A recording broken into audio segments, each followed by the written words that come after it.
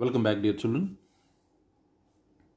आपको याद होगा पिछले लेक्चर में हमने law of conservation of linear momentum समझा था।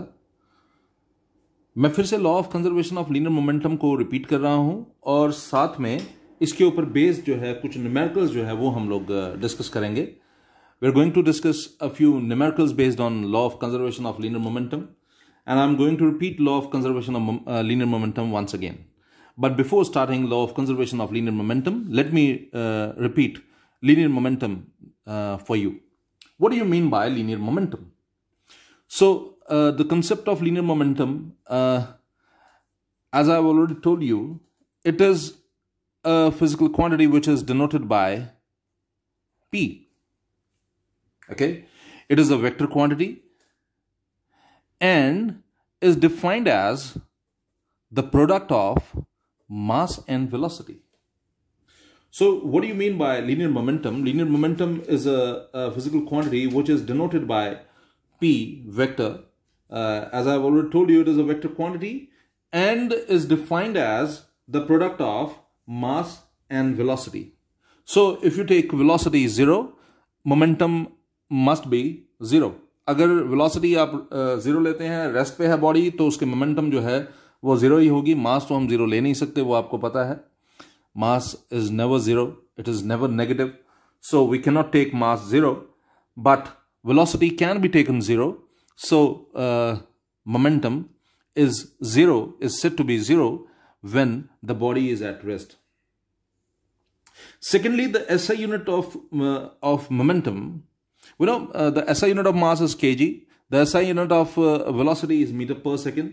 So the SI unit of momentum is taken as kg meter per second. It is taken as kg meter per second. So what do you mean by linear momentum? Linear momentum is a physical quantity which is represented by P vector. It is a vector quantity, as I already told you, and is defined as the product of mass and velocity. Momentum is said to be 0 when the body is at rest. Since mass can never be 0, तो हम मास 0 नहीं ले सकते, लेकिन velocity को 0 ले सकते हैं जब बॉडी रेस्ट पर होगा, तो उस समय we shall say that momentum is 0. So hope you remember we studied second law of motion too in our previous lecture, but in this lecture we're going to study law of conservation of linear momentum. What do you mean by law of conservation of linear momentum? वो समझाने से पहले एक छोटी सी example मैं आपको बताता हूं और उस एग्जाम्पल की हेल्प से हम इसको समझने का प्रयास करेंगे. So we have a body, say a body A and we have another body B. We have a body A, we have another body B. Mass of this body is say MA and mass of this body is say MB. Okay, we have two bodies, one at position A, another at position B, and the mass of the first one is MA and the mass of the second one is MB. Okay, let us take this body moving in this direction and this body moving in this direction. ठीक है, यानी कि both the bodies are moving in the same direction with initial velocity UA and UB respectively. So we have taken two bodies, a body of mass MA and another body of mass MB. We have a body at position A, another one at B, position B, and when we study both the bodies, we come to know that the mass of first body is MA and the mass of the second body is MB. So we have these two masses. Okay, this one is moving in this direction with the initial velocity of UA and this one is moving in this direction with the initial velocity of UB. What happens now? Both these bodies strike together, and after that what happens? Their velocity changes. Say this is the same body. Now the mass cannot change. It is MA and this is MB, but what happens? Their velocity changes. Its initial velocity was UA and now it becomes VA. its initial velocity was ub, and now it becomes vb. Okay, it's quite simple. I hope you're trying to understand it. I'm going to repeat it once again. We have two bodies, one at position A and another one at position B. Its mass is ma and its mass is mb. It is moving with the initial velocity of ua, and this one with an initial velocity of ub in the same direction. Now what happens? They strike together, and what happens? Their velocity changes. And the initial velocity, since was ua, the final velocity becomes va. The initial velocity for this one is ub, and it becomes vb. Okay, final velocity becomes vb. Now, hope you have noticed that there is change in momentum. Its momentum, इसका momentum क्या होगा? इसका momentum होगा ma ua. लेकिन अब इसका momentum जो है, it is going to become what? It is going to become ma va, है ना? इसका मोमेंटम होना चाहिए था ma ua, क्योंकि मास ma है और इनिशियल वेलोसिटी u है, तो इस तरफ इसका मोमेंटम जो है ma ua होगा. लेकिन अब जो है वेलोसिटी चेंज हो गई, तो नया मोमेंटम ma va होगा. तो rate of change of momentum for a, rate of change of momentum, hope you agree, जो चेंज इन मोमेंटम है वो क्या हो जाएगा? ma va, this one ma va minus ma ua, है ना? चेंज इन मोमेंटम तो यही होगा, ma va minus ma ua. लेकिन ये है rate of change of momentum, यानी कि आपको इसको t से डिवाइड करना पड़ेगा. ठीक है जी, आपको इसको t से डिवाइड करना पड़ेगा. तो आपने t से डिवाइड करके देख लिया.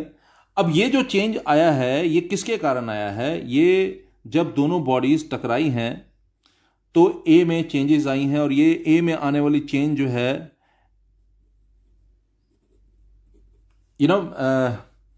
Force applied by external force is directly proportional to rate of change of momentum.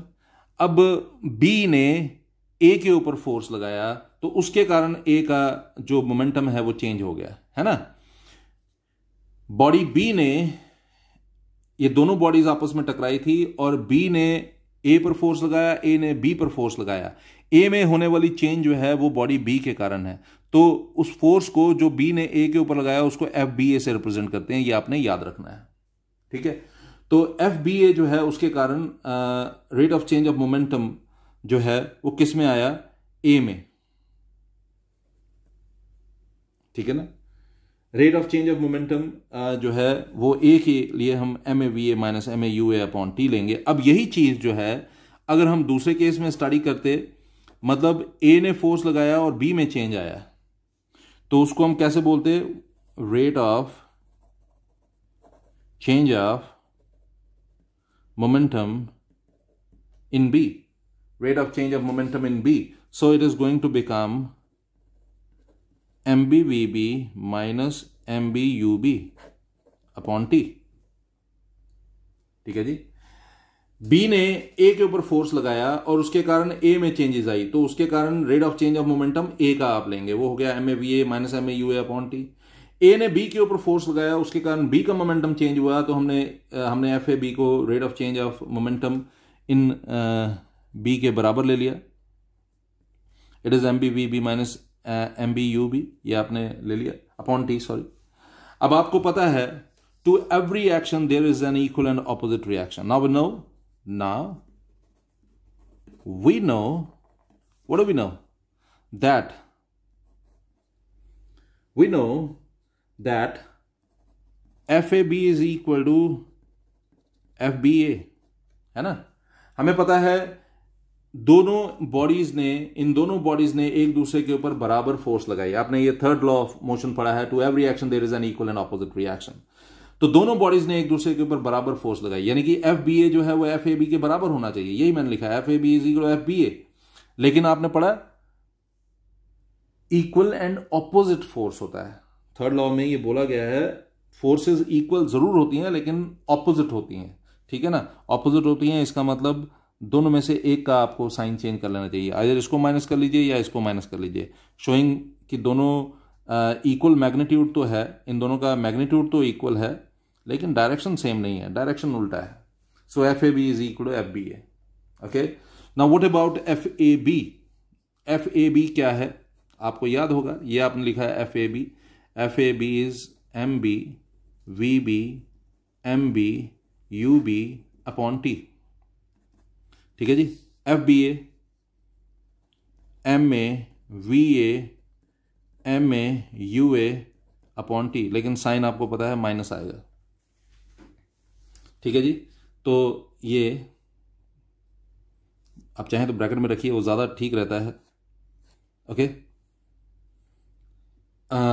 T और टी कैंसल्ड, तो क्या बच गया देखिए ज़रा, बचा है M B V B minus M B U B is equal to M A U A minus M A V A. ठीक है जी, तो एम बी वी बी और ये एम ए वी ए इधर ले लेंगे, क्या बना M B V B plus M A V A is equal to M A U A plus M B U B. अब देखिए क्या हुआ, एम बी वी बी को यहीं रखा और एम ए वी ए को यहां ले आए, तो ये M B V B plus M A V A is equal to M A U A plus M B U B. इस तरह से आपके पास बन गया। अब आप सोचिए, अब आपको पता होगा ये अगर हम बोलते हैं M A V A plus M B V B, ये क्या है? This is total momentum of two balls after collision. ये क्या है? Total momentum of balls after collision. ठीक है जी, M B V B plus M A V A क्या है? Total momentum of balls after collision. ठीक है जी, और M A U A plus M B U B ये क्या है? दिस इज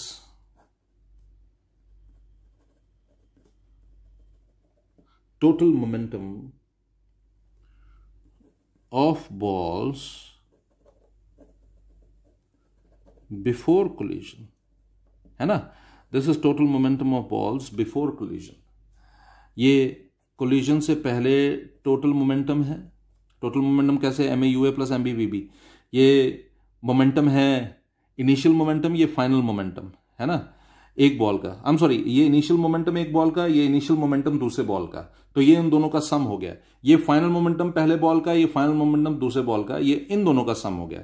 तो total momentum after collision, total momentum before collision. तो आपने देखा total momentum before collision is equal to total momentum after collision. मैं रिपीट कर रहा हूं आपके लिए, आप ध्यान से देखिएगा। हमारे पास दो बॉल्स हैं, एक बॉल है पोजीशन ए पर, दूसरा पोजीशन बी पर। इसका मास एम ए लिया है हमने, इसका मास एम बी ले लिया है। इसकी इनिशियल वेलोसिटी यू है और ये इसकी इनिशियल वेलोसिटी यू बी है। तो आप देखिए इसका मोमेंटम क्या होगा? इनिशियल मोमेंटम इसका हो जाएगा एम ए यू ए, ठीक है जी, और इसका इनिशियल मोमेंटम क्या हो जाएगा? एम बी यू बी, है ना? इसका इनिशियल मोमेंटम हो जाएगा एम ए यू ए और इसका इनिशियल फाइनल मोमेंट इसका इनिशियल मोमेंटम हो जाएगा एम बी यू बी। इसका फाइनल मोमेंटम हो गया M A V A after collision. जब दोनों टकराए तो उसके बाद कोलिजन हो गया, क्योंकि वेलोसिटी चेंज होगी, वी ए बन गया, तो इसका आफ्टर कोलिजन जो है मोमेंटम हो गया एम ए वी ए और इसका क्या हो जाएगा? It is M B V B. तो दिस प्लस दिस, ओके, अब देखिए ध्यान से, I am sorry, this plus this must be equal to this plus this. तो वही हमने यहां पर निकाल के दिखाया। बी ने ए के ऊपर फोर्स लगाई जिसके कारण ए का मोमेंटम चेंज हो गया और वो चेंज है M A V A minus M A U A. Rate of change of लिखा तो अपॉन टी करना है, क्योंकि आपको पता है force applied is directly proportional to rate of change of momentum, ये आपने सेकंड लॉ पढ़ा था। तो ऐसे ही एफ ए बी है, एफ ए बी में rate of change of F A B में ए ने फोर्स लगाया बी के ऊपर, तो बी का मोमेंटम जो है वो चेंज हुआ। तो बी का मोमेंटम चेंज हुआ तो M B V B minus M B U B आपने ले लिया अपॉन टी, ठीक है जी। अब आपको पता है to every action there is an equal and opposite reaction, ठीक है जी। तो यानी कि फोर्सेस जो है वो एक दूसरे के ऊपर बराबर लग रही होंगी। आपने थर्ड लॉ में पढ़ा है the force exerted by one body on other body, इसका मतलब ये है जो हमने पढ़ा ना, उसका मतलब ये है कि एक बॉडी ने दूसरे के ऊपर फोर्स लगाई तो दूसरे ने भी उसके ऊपर फोर्स लगाई। ए ने बी के ऊपर फोर्स लगाई, बी ने ए के ऊपर फोर्स लगाई, और ये दोनों के कारण लगने वाली फोर्सेस जो है बराबर होंगी लेकिन ऑपोजिट डायरेक्शन में होगी, ठीक है ना। तो F A B is equal to minus F B A. तो एफ ए बी की वैल्यू आपने यहां पर पुट की, एफ बी ए की यहां पर पुट की, और इस तरह से आपने law of conservation of linear momentum को निकाल दिया। Law of conservation of linear momentum मैंने आपको ऑलरेडी एक बार पढ़ाया है। Law of conservation of linear momentum क्या कहता है? When two or more bodies interact with one another, like these two bodies, okay, these two bodies interacted and velocity changed. Okay, when two or more bodies interact with one another, the vector sum of their linear momenta remains constant, or you can say conserved, and is not affected due to their mutual action and reaction. The only condition is that no external unbalanced forces should be acting on the system of bodies. I am sure कि आपको ये समझ आ गया होगा। ये पिछले lecture में भी मैंने आपको ये समझाया था और यहां पर भी मैंने आपको समझा दिया कि M A V A plus M B V B हमेशा M A U A plus M B U B के बराबर होना चाहिए, ठीक है। तो M A U A plus, आप इसको ऐसे बोल सकते हैं, M A U A plus M B U B जो है it must be equal to M A V A plus M B V B. This is known as law of conservation of linear momentum. टकराने से पहले जो total momentum होगा दोनों bodies का, sum total जो होगा दोनों बॉडीज का, वो टकराने के बाद के सम टोटल के बराबर जो है वो होना चाहिए। आई एम श्योर कि आपको ये कॉन्सेप्ट जो है वो अच्छे से समझ आ गया होगा। अब अभी अभी जो आपने कॉन्सेप्ट समझा उसके ऊपर बेस्ड न्यूमेरिकल मैं आपको समझाने जा रहा हूं। I am going to make you understand a numerical problem based on the concept we just studied, है ना। तो देखिए, two objects of masses 100 gram and 200 gram are moving along the same line in the same direction. इस चीज पर आप ध्यान दीजिए, along the same line in the same direction, ठीक है। Okay, so we have two bodies, one of mass 100 gram. So if its mass is 100 gram and the second one of mass 200 gram. So if the mass is 100 gram, we can say it is 1 by 10 kg, okay, or 0.1 kg. Hope you know how to change gram to kg. To change gram to kg, you have to divide it by 1000, because 1000 gram makes 1 kg. So 1000 gram makes 1 kg. So to change 100 gram 2 kg, you have to divide it by 1000, and when you divide 100 gram with 1000, it becomes 0.1 kg. Similarly, 200 gram becomes 0.2 kg. So we are given with masses of these two bodies. The first one is of 100 gram, the second one is of 200 gram, and look at, they collide, and after collision the first object moves at a velocity of 1.67 meter per second in the same direction. Determine the velocity of second object. But उससे पहले एक चीज देख लीजिए, जो पहले वाली body थी 100 ग्राम वाली, उसकी वेलोसिटी कितनी थी? It was 2 meter per second. तो u1 is what? 2 meter per second. And what about u2? U2 is 1 meter per second. Now what happens? They collide, and after collision, the first object, means the one with initial velocity u1, initial velocity u1, which is 2 meter per second. Now its velocity changes to v1 becomes 1.67 meter per second. And we have to determine the velocity of the second object, the final velocity of the second object, which was having initial velocity of 1 meter per second. So we have to find v2. We are supposed to find v2. We don't know what is v2, and we are supposed to find it. So mass of the first body is 100 gram and its velocity is 2 meter per second. look at here, mass of the first one is 100 gram and its velocity is 2 meter per second. The mass of the second one is 200 gram and its final velocity is, initial velocity is 1 meter per second. ठीक है, final velocity of the first one is 1.67 meters per second. तो क्या क्या given है देख लीजिए एक बार दोबारा से.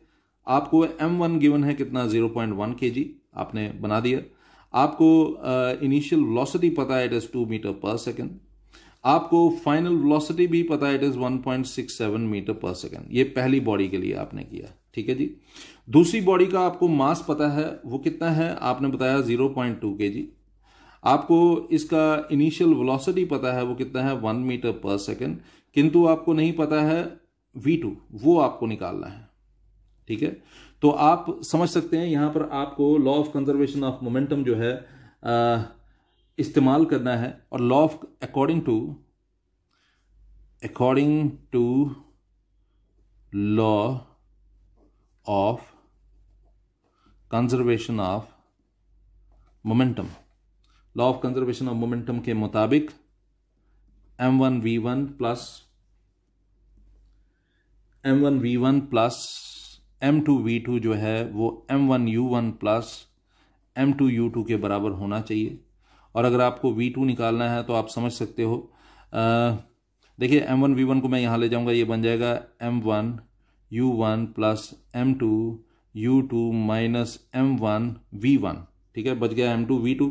तो आपको v2 निकालना है, इसलिए m2 को भी उधर लेकर जाना पड़ेगा, तो वो अपॉन m2 हो जाएगा.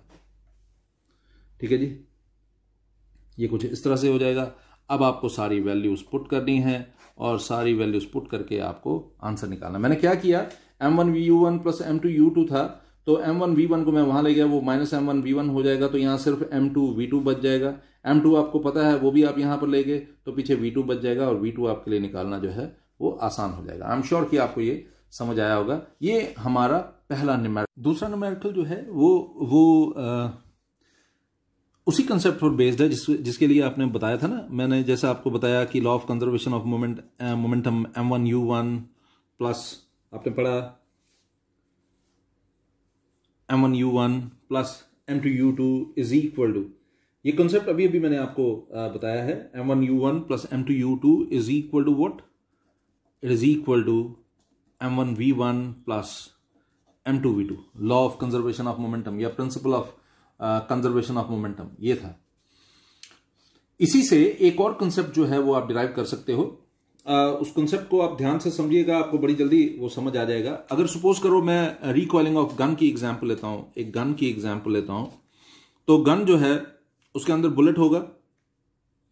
अब गन की इनिशियल वेलोसिटी हम u1 ले लेते हैं, बुलेट की इनिशियल वेलोसिटी u2 ले लेते हैं. गन की इनिशियल वेलोसिटी आपने u1 ली है, बुलेट की इनिशियल वेलोसिटी u2 ली है.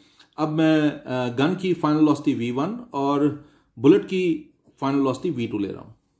ठीक है जी, ये गन और बुलेट का कंसेप्ट मैं आपको समझा रहा हूं. इसको रिकॉइलिंग ऑफ गन के कंसेप्ट से आप समझ सकते हो. ठीक है, तो मैं अब दोबारा से आपके लिए रिपीट कर रहा हूं. सपोज करिए u1 जो है इनिशियल वेलोसिटी है किसका, गन का. तो आपको पता है इनिशियल वेलोसिटी फायर होने से पहले 0 मीटर पर सेकंड ही होगा गन के केस में. बुलेट की भी initial velocity 0 metre per second होगी. फाइनल वेलोसिटी आप कुछ भी ले लेते हैं, मैंने यहां पर जैसे v1 लिया, इसका v2 लिया, जो भी आपको लेना हो आप ले सकते हैं. तो आप सोचिए जिसका इनिशियल वेलोसिटी 0 होगा उसका इनिशियल मोमेंटम क्या होगा. तो इस केस में, गन के केस में मोमेंटम जो है वो क्या हो जाएगा, it is going to become 0, है ना.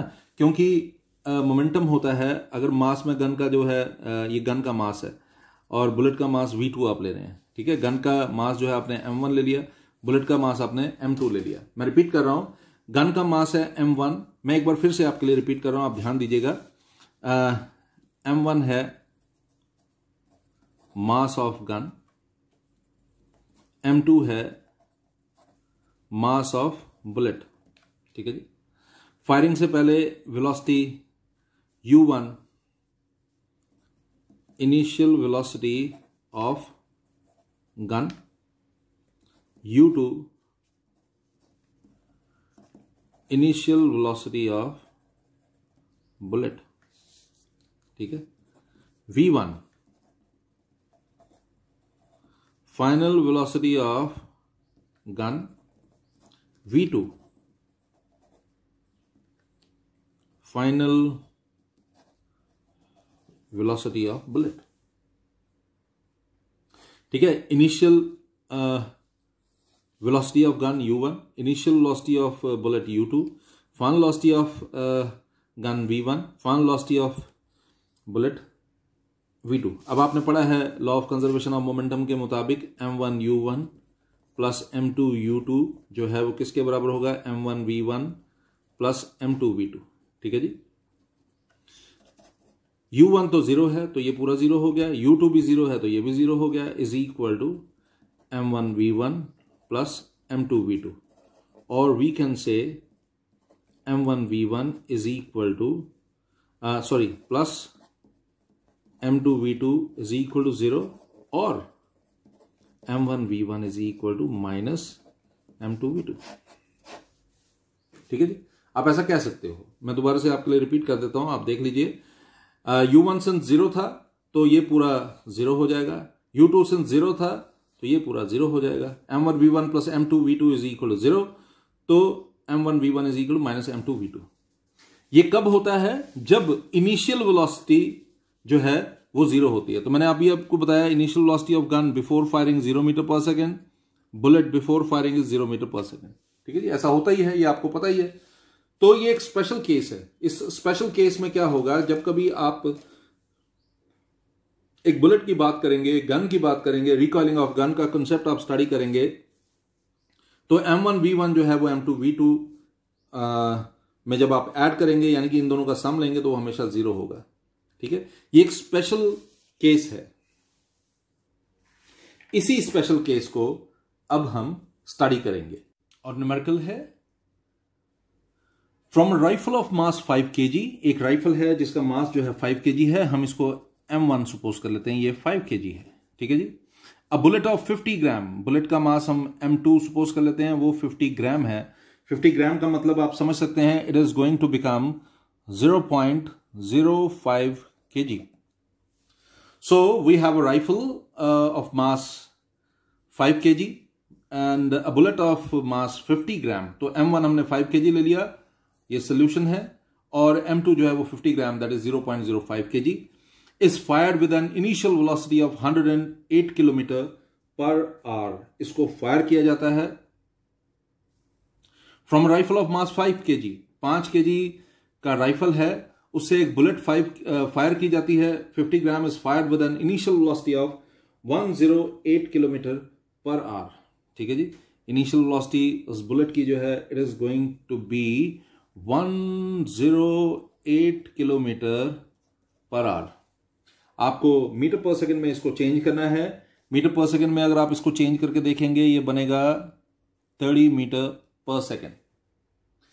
मीटर पर सेकंड में चेंज करना बड़ा आसान है। 108 मल्टीप्लाइड बाय 1000 डिवाइडेड बाय 3600, आपको ये करना है। 108 मल्टीप्लाइड बाय 1000 अपॉन 3600 करके देखिए, ये आपके पास आंसर आएगा 30 मीटर पर सेकंड। तो आपके पास मास 1 है 5 kg, मास 2 जो है वो आपने निकाल लिया 0.05 kg। ठीक है, और इनिशियल वेलोसिटी जो है बुलेट की वो दी हुई है आपको 108 kilometer per our. Calculate the initial recoil velocity of the rifle. Initial recoil velocity निकालनी है आपको राइफल की। ठीक है, इसका मतलब है you are suppose to find u1। u1 हमें नहीं दिया हुआ है, ये हमें निकालना है। ठीक है जी, यहां क्या होगा ये आपको बताना होगा। ठीक है जी, आपको बताना है कि यहां पर क्या आने वाला है, ये इस बॉक्स में आप क्या फिल करेंगे ये आपको बताना है। तो देखिए, मास दिया हुआ है इसका 5 kg, राइफल का मास बुलेट का दिया हुआ 50 ग्राम, जिसको हम 0.05 kg लिख रहे हैं।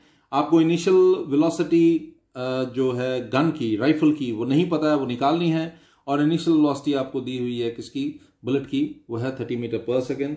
तो अभी इसी कंसेप्ट का आप यूज करेंगे, क्योंकि यहां पर इनिशियल वेलोसिटीज की बात की है, तो आप यहां पर लिखेंगे m1 u1 plus m2 u2 is equal to 0। आपको याद होगा अभी हमने ये कंसेप्ट जो है समझा है, लेकिन उसमें हमने लिखा था m1v1 plus m2v2 is equal to 0, क्योंकि वहां पर इनिशियल वेलोसिटीज जो है हमें पता था कि 0 हमने लिया हुआ है। लेकिन यहां पर इनिशियल वेलोसिटीज जो है हमें जो है वो 0 नहीं दिया गया है, बल्कि जब इनिशियल वेलोसिटी 0 नहीं दिया होता है तो हम ये मान के चलते हैं कि फाइनल वेलोसिटी जो है वो 0 होगी। ठीक है, यानी कि बुलेट ने स्ट्राइक किया और वो रेस्ट पर आ गई, गन जो है चलने के बाद रेस्ट पर आ गई, तो फाइनल वेलोसिटी दोनों केसेस में 0 लेते हैं। खैर m1u1 मतलब 5 इंटू ये हमें पता नहीं है कितना है, तो हम इसको u1 ही लिखते हैं, plus m2 that is 0.05 multiplied by 30 is equal to 0। आप इसको सॉल्व करके देखें, आपके पास u1 की वैल्यू जो है ये आप सॉल्व करेंगे तो आएगा 0.3 मीटर पर सेकेंड, और यहां पर ये माइनस में आएगा। क्यों माइनस में आया? क्योंकि ये नेगेटिव साइन ये बताता है कि गन जो है वो ऑपोजिट, जिस डायरेक्शन में बुलेट गई उसके ऑपोजिट डायरेक्शन में वो जो है मूव करेगी, मतलब गन रिकॉइल्स। ठीक है जी, तो यहां से आपने u1 की वैल्यू जो है -0.3 मीटर पर सेकेंड निकाल दी। खैर, इसी तरह का एक और कंसेप्ट है, उसके बारे में भी हम बात कर लेते हैं, और ये कंसेप्ट मैं आपको एक एग्जाम्पल के साथ समझा रहा हूं। ये एग्जाम्पल एक न्यूमेरिकल की फॉर्म में है और आपको बड़ी जल्दी ही ये समझ आ जाएगा। आप ध्यान से समझिएगा। Two objects A and B moving along the same straight line in opposite directions with velocity 10 metre per second. हमारे पास दो ऑब्जेक्ट्स हैं, एक ऑब्जेक्ट है ए और दूसरा ऑब्जेक्ट है बी, दोनों सेम स्ट्रेट लाइन में moving along the same straight line in opposite directions with velocities 10 metre per second and 5 metre per second. ठीक है, इनकी वेलोसिटी देख लीजिए, 10 मीटर पर सेकेंड है, एक की वेलोसिटी 10 मीटर पर सेकेंड है, it is 10 metre per second, और दूसरे की वेलोसिटी जो है it is 5 metre per second, लेकिन ये ऑपोजिट डायरेक्शन में, ये भी आपको बताया गया, तो इसलिए इसका साइन हम नेगेटिव लेकर चलेंगे। तो आगे चलते हैं, एक और चीज गिवन है और वो क्या है? They collide during which they stick to each other if mass A is 1.5 kg, पहले वाले का मास जो है वो क्या है 1.5 kg है, and mass of B is 1 kg, और दूसरे का मास जो है वो क्या है वो 1 kg है। ठीक है, पहले का मास दिया हुआ है 1.5 kg, दूसरे का दिया हुआ 1 kg। पहले की initial velocity 10 metre per second, दूसरे की initial velocity 5 metre per second, लेकिन ऑपोजिट डायरेक्शन में, इसलिए हमने नेगेटिव लगाया। अब आगे देखिए, they collide during which they stick to each other, दोनों टकराते हैं और आपस में जुड़ जाते हैं। इफ मास, अब दोनों जुड़ गए हैं, तो जुड़ गए हैं तो फाइनल वेलोसिटी दोनों की सेम होगी, क्योंकि दोनों एक दूसरे से जुड़ गए हैं। देखिए, कुछ इसी तरह से एक और कंसेप्ट होता है, एक गन जो है एक ब्लॉक को स्ट्राइक करती है और उस ब्लॉक के साथ ब्लॉक में धंस जाती है, तो बुलेट लगने के बाद वो ब्लॉक जो है मूव करता है, तो जिस वेलोसिटी से वो ब्लॉक मूव करेगा उसी वेलोसिटी से बुलेट भी मूव कर रही है। तो यहां पर भी वेलोसिटी जो है, फाइनल वेलोसिटी जो है वो कॉमन वेलोसिटी हम कंसीडर करते हैं। जैसे यहां पर दोनों बॉडीज टकराई और दोनों आपस में चिपक गई, तो इसलिए दोनों की जो फाइनल वेलोसिटी है वो सेम होने वाली है। तो ठीक है, चलते हैं फिर से। They collide during which they stick to each other if mass of A is 1.5 kg, mass of B is 1 kg, what is the velocity of the combination? हमें वेलोसिटी लेनी है कॉम्बिनेशन की, हम लेट करते हैं, let velocity of combination is v meter per second. ठीक है जी, हम मान लेते हैं कि वो v मीटर पर सेकेंड है। तो एक कॉमन वेलोसिटी हमने ले लिया, और आपको मैं बताऊं, ये जो v मीटर पर सेकेंड हमने वेलोसिटी कॉम्बिनेशन ली, तो दोनों बॉडीज की भी वेलोसिटी जो है वो v मीटर पर सेकेंड ही रहेगी। यानी कि पहले वाली बॉडी की फाइनल वेलोसिटी v1 अगर लेते हो, दूसरे वाली की v2 लेते हो, तो v1 और v2 दोनों बराबर होंगे, और दोनों किसके बराबर होंगे? वेलोसिटी ऑफ कॉम्बिनेशन की, that is v meter per second. तो यहां पर आप क्या बोल सकते हो? आपको पता है m1u1 plus m2u2 is equal to m1v1 plus m2v2, है ना। तो m1v1 प्लस m2v2 यहां पर होना है, तो मैं इसको इस तरह से लिख रहा हूं m1 plus m2 into v, क्योंकि v1 और v2 जो यहां पर होना था दोनों तो v के बराबर हैं, और अगर ये भी v है और यहां पर भी v है तो v कॉमन ले लिया हमने। ठीक है जी, अब हम क्या करने जा रहे हैं वो देखिए, हम वैल्यूज पुट करेंगे और वैल्यूज पुट करके इनको सॉल्व करने की कोशिश करेंगे। आपको याद होगा हमें what is the velocity of the combination जो है, we have to find the velocity of the combination, that means we have to find this v। So v is equal to what, m1u1 plus m2u2 upon m1 plus m2। अब आप क्या करेंगे, ये सारी values जो है यहां पर पुट कर देंगे तो v की वैल्यू हमारी आ जाएगी। v क्या हो जाएगा, what is m1, it is 1.5 kg, what is u1, it is 10 metre per second, okay, plus what is m2, it is m2 is 1 kg, and what is u2, it is minus 5 meter per second upon m1 plus m2. What is m1? 1.5 kg plus what is m2? It is 1 kg. अब आप solve कीजिएगा और v की value को आप निकाल लीजिएगा। मैं ऐसे बता देता हूं, मैंने इसे पहले सॉल्व किया हुआ है, तो इसका आंसर जो है it is going to become 4 meter per second. तो मैंने दो स्पेशल कंडीशंस आपको बताई। एक वो कंडीशन बताई जिसमें इनिशियल वेलोसिटी जो है रेस्ट पर होगी या फाइनल वेलोसिटी जो है रेस्ट पर होगी। इनिशियल वेलोसिटी कैसे रेस्ट पर होगी, फायरिंग से पहले, एग्जांपल देकर समझा रहा हूं, फायरिंग से पहले गन और बुलेट दोनों रेस्ट पर होते हैं, ठीक है। तो फायरिंग के बाद उनकी वेलोसिटी चेंज हो जाती है। अगर आप इनिशियल वेलोसिटी 0 लेंगे तो फाइनल वेलोसिटी अलग होगा, अगर आप फाइनल वेलोसिटी 0 लेंगे तो इनिशियल वेलोसिटी अलग होगा, है ना। यहां पर ये डिफरेंस आता है। तो एक केस मैंने वो आपको समझाया और एक केस ये समझाया जिसमें फाइनल वेलोसिटी दोनों बॉडीज की जो है कॉमन आ रही है। आई एम श्योर कि आपको ये कॉन्सेप्ट समझ आया होगा। इस कॉन्सेप्ट को अच्छे से समझिए, अच्छे से करिए। जितना ध्यान लगाकर आप इसको करने की कोशिश करेंगे आपको उतना ही डेफिनेटली इसका बेनिफिट होगा। अभी भी बहुत सारी प्रॉब्लम्स चल रही हैं इस कोविड क्राइसिस के कारण, इसीलिए मेरा आपसे अनुरोध है कि आप घर के अंदर ही रहिए, अपने आप को सेफ रखिए, अपने परिवार को सेफ रखिए।